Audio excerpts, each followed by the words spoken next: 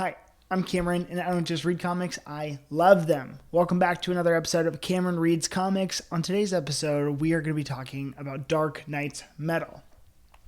Now, I should just open up and say that I did not want to read this book. I am not a huge fan of DC Batman-centric events. I just think that everything they're doing and everything they've kind of done in the last 10 years has been about Batman. And I'm just kind of tired of it. So for this Batman event to just be like, okay, let's make Batman into a villain, but also those villains are every member of the Justice League. I didn't know how bad I wanted to deal with that. And then they're like, okay, the pinnacle of the whole thing is going to be Batman Joker collab. And that was the last thing that I needed to get my interest. So this was not quite a series I wanted to read, but I started listening to some Scott Snyder interviews. I started to read Scott Snyder's Justice League run and really the DC universe moving forward after this. And I realized it wasn't a title that I could skip out on. So for people who want to know really about the accessibility of this text and how much you really need to know, so you need to have read the Scott Snyder Batman run, aka Batman during the New 52. If you want to know what happens, because it's the same artist team that was on that text that starts there and then kind of just carries on throughout that universe. The reason I chose to read this is because the entire trajectory of the DC universe after that is affected by this story. And I just wrote down a list. This is off the top of my head. I haven't read every single title that DC has come out with since Dark Knight's Metal, but off the top of my head, this is as many titles as have been affected by this. So, Scott Snyder's Justice League, Batman Superman, Batman Who Laughs the miniseries, Year of the Villain, the sequel event, DC Dark Knight's Death Metal, which has now gone on to affect so many other things and led us into Infinite Frontier. So, this event is a really big deal, and the universe keeps getting affected by the parameters that Scott Snyder and Greg Capullo have set up within Dark Knight's Metal. And so I was reading some of those titles. I didn't read all of them. I was reading Justice League. I was reading Batman, Superman, Year of the Villain, and other stuff, and Infinite Frontier. And I'm just I don't know what's happening. I just went back and I decided I was going to read this. And here's a funny story about just the collector in me is I was collecting and buying these books as they were coming out, and I caught all of so many tie-ins and so many everything in the series, and I never read them. I literally sold them because I was I know these are worth more money than just sitting in this box, and I'm never going to read them. And so I read them online. These are all through the DC Universe Infinite app, and I read them all online. And so, and I also just kind of wanted to see the hype of Batman Who Laughs, because I think that character is kind of dumb. He's actually kind of my least favorite character that's popped up in the last couple of years. And so I wanted to see at least where did he come from? What's all the hype about? So, I picked this up. And honestly, guys, if I'm being 100% honest, I wasn't disappointed. I had the bar low, so I was actually very pleasantly surprised with how much I like this book. Now, let's go into the story, but before we do that, I want to just read you a list of how many issues and tie-ins I read, because when I read this series, I'm I know I can't just read, the DC Dark Knight's Metal 1 through 6. I knew there's a bunch of tie-ins, and so I didn't read all the tie-ins because they wanted it to span across, but I was these are the ones that I believe are definitely core affecting the story. So here we go. I read Dark Days the Forge, Dark Days the Casting, Dark Knight's Metal 1, then number 2, then a bunch of one-shots, Batman the Red Death, Batman the Murder Machine, Batman the Dawnbreaker, Batman the Drowned, Batman the Merciless, Dark Knight's Metal number 3, Batman the Devastator, Batman Lost, Dark Knights, Batman Who Laughs, Dark Knight's Metal number 4, then number 5, Dark Knight's Rising, The Wild Hunt number 1, and then finally Dark Knight's Metal number 6. And you know what's funny about that? Can I just say, it's weird that they spelled Dark Knights without the K in Knights. And then sometimes they do. So in Wild Hunt, it's Dark K Knights. And then in the regular titled series of the book, it's just Dark Knights as an evening. I don't know how I feel about that. But it is. I think it should go. I think it should be said. So For me, that amount of issues to read for a single event is a red flag. Usually my policy with big event books is I will read the event and then the ongoing series it's based on. So for something like Absolute Carnage, I was reading Venom at the time, and so I was like, okay, I will read Absolute Carnage 1 through 6, and then Donny Cates is writing that. Then I'll read the Venom title that Donny Cates is writing, because guess what? He is so aware of everything that's happening, and pretty much everything he does in that story, it's his story to tell. He includes the Marvel Universe, but everything that goes on in that story is like under his scope, and he knows exactly the chords he wants to strike, and he knows what events are going to reference one another. So this one wasn't one of those things, and that's why it's a red flag. When it comes to Dark Knight's Metal, that was the red flag in this event because, there's just a million tie-ins. Scott Snyder and Greg Capullo did not work on every single issue. I think it bounced from Josh Williamson to James Tynion to Peter J. Tomasi, and I think Dan Jurgens did some stuff, and Ethan Van Sciver was on art, and it was all over the place. So, now getting into the story, that was like what I read. I wanted to give you the rundown because of how thorough it was. I think it felt like 100 issues. It was just like 15 or whatever. So now the story itself I found very enjoyable, and I want to make that clear. After the New 52 streamlined the entire DC universe, as in Green Arrow and Black Canary weren't together, and so many key interactions and relationships that we had were no longer. So after that happened, we had an event like this, and it kind of this leans back into all of those shared relationships, and not in a way where it's like every piece of the puzzle was picked up and put back into place after this event, but it reminded us of the broader DC universe, and I think Batman was our window into that. And so this is the Batman team that kind of really blew up the New 52. People will tell you it's the best run of the New 52. I don't know how I feel about that, but I liked this. This is actually, fun fact, Scott Snyder, Greg Capullo's Batman is the run that got me into weekly comics. This was the series where I got my first pull list and my subscription, so I have a lot of love for this creative team. And Scott Snyder is a great storyteller. So that being the case, this Batman-centric event, that's a red flag for me. You saw how many Dark Knights and how many Batman words there were in every title of every book I just listed for you. But with the whole universe being kind of separated, this was a great event to bring everyone back in. And that's actually what I found to be the fun part about Scott Snyder's Justice League run, is that everyone was a part, but then he gave us the window to get everyone back in. So I was a huge fan. I'm glad it happened, and this event did not disappoint. I thought it was going to be a big hullabaloo of kind of nothingness and use big words and broad scope, but I actually found it to be a very, very, very enjoyable multiversal. It reminded us of the multiverse, and I feel like I haven't read a good multiverse story like this in a long time. I think people attempt at it, but I think this one really succeeded. There's multiple Batmen, but it had a good moment with, I feel, every character of the Justice League, and I'm a sucker for the peripheral DC cast and crew, the B members, the C members.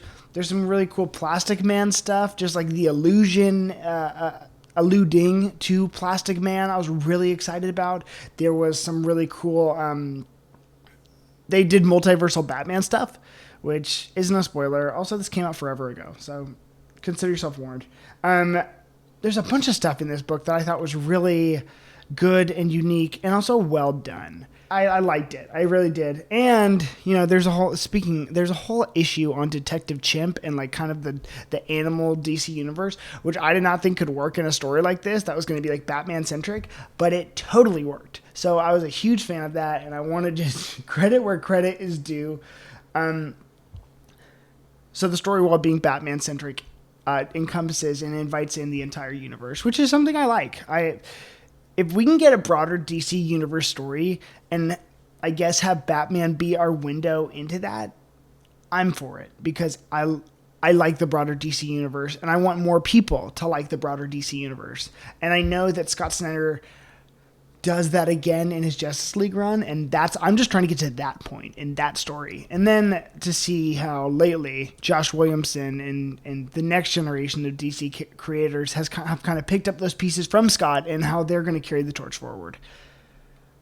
It's very cool. It's cool to see his fingerprints on the whole thing. And if you guys have ever seen interviews with him, you got to check it out, because he is one of the most bubbly, awesome. He's the kind of creator who loves all of this stuff as much as we do, and that's the kind of stuff that I'm excited to be a part of as a fan, because we want to see our creators liking their creations as much as we like them. Okay, let's talk about the art. Now, for the art in this book, Greg Capullo is very hit or miss for some. I think that he can be really great, but it depends on the tone of the book. Now, I'd just say Greg Capullo didn't do the art again for the entire series. He just did it for the core issues and some of the early stuff. I think as he's drawing the Bat family, he is wonderful. His Batman, his Joker, absolutely great. Even, I'd go with Nightwing, Robins, love it all. But when it comes to the broader DC universe, I don't know how well he would be my pitch perfect artist. That's not to say he's bad. I think he's wonderful, and I actually think he changed the landscape of modern comic art. I think a lot of the stuff he's done has been really impressive. It's more good than it is I don't want to say bad, because that's not even the right word. It's more positive than I have hesitations about, So I really want to give credit where credit's due for Greg Capullo, because I think literally reading his art makes me want to reading his art. Reading his art makes me want to go read Spawn, and I've never had that desire before. So big shout out to Greg Capullo. I want to read Spawn because of him and what he was doing in this run. And there's a Wonder Woman cover, by the way, in DC Dark Knight's Death Metal.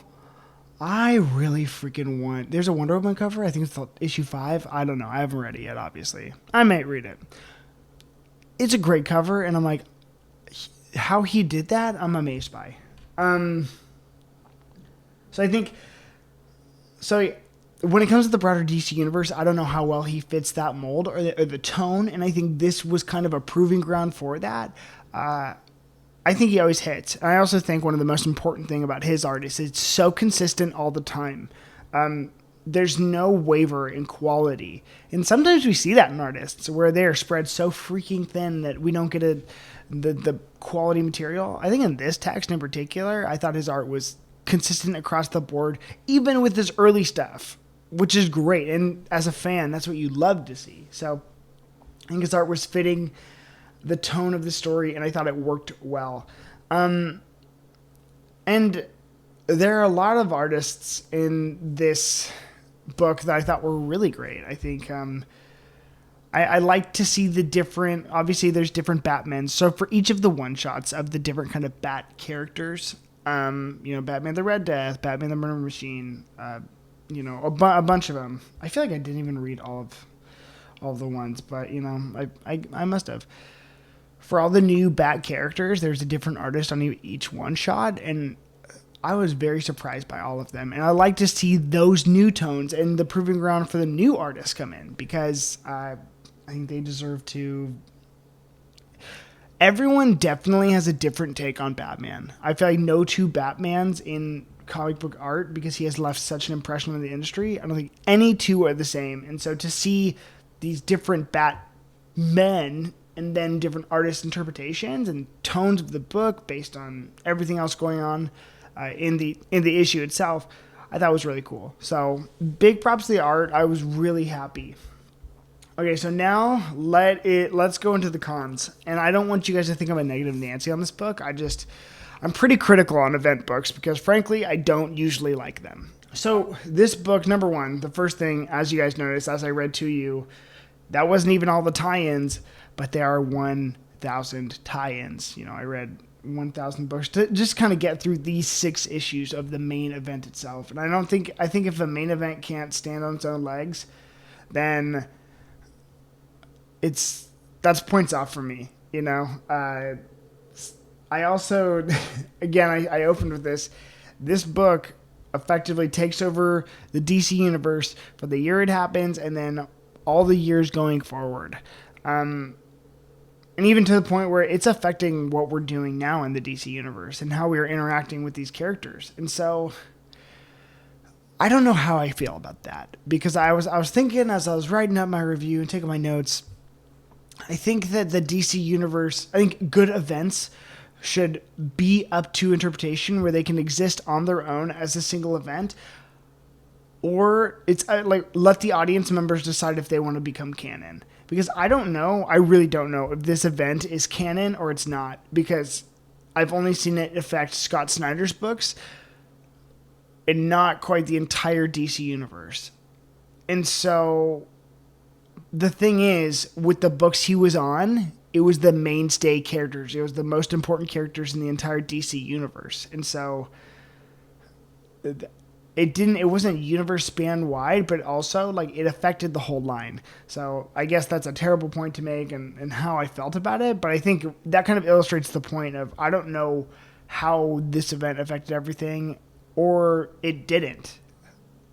And I guess I'm kind of for that. I don't know. I'm still making out my mind, but it's a con because I don't like the powers that be shoving continuity down our throats. I think that we should make our own continuity.